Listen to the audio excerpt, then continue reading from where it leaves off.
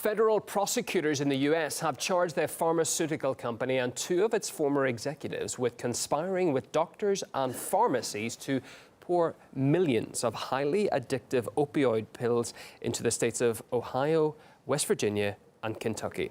It's after newly published data revealed that big pharma companies flooded the market with the medication in order to gain profit over health, subsequently killing around 100,000 Americans across the country over a 6-year period.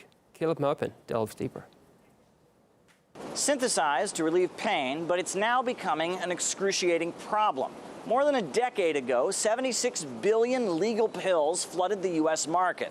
A new report is shedding light on what's becoming a deadly drug epidemic. America's Drug Enforcement Agency has reported that prescription opioids have led to the death of roughly 100,000 people between 2006 and 2012.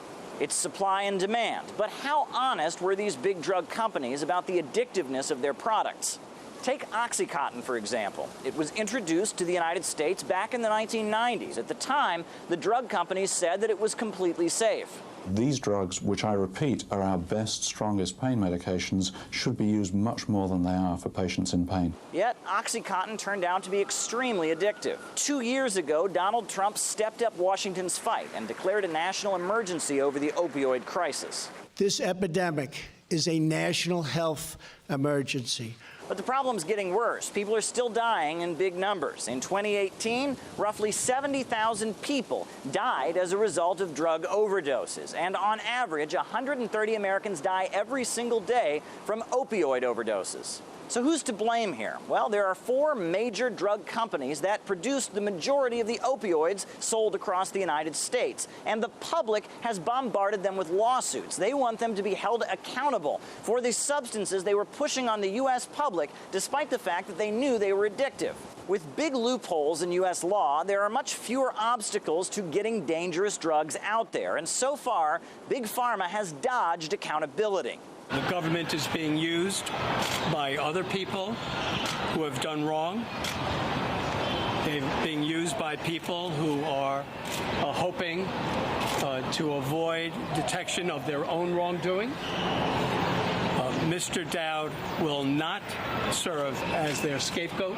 By paying out big settlements, the drug lobby has kept itself in the shadows. But how much longer is this going to work? Manufacturers are continually raising prices to whatever the market will bear because they're essentially driven by wanting to make as much money as possible with, unfortunately, vis-a-vis the opioid epidemic, little regard for patient well-being. So the pharmaceutical industry in the United States has essentially manipulated both doctors and patients by misrepresenting the evidence around opioids. The pharmaceutical industry has both overstated the benefits of opioids in the treatment of pain and also understated the risks.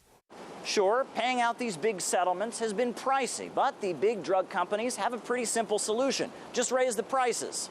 Now, American healthcare is already the most expensive in the world, but people who are addicted or those who just need pain medication are always willing to pay more.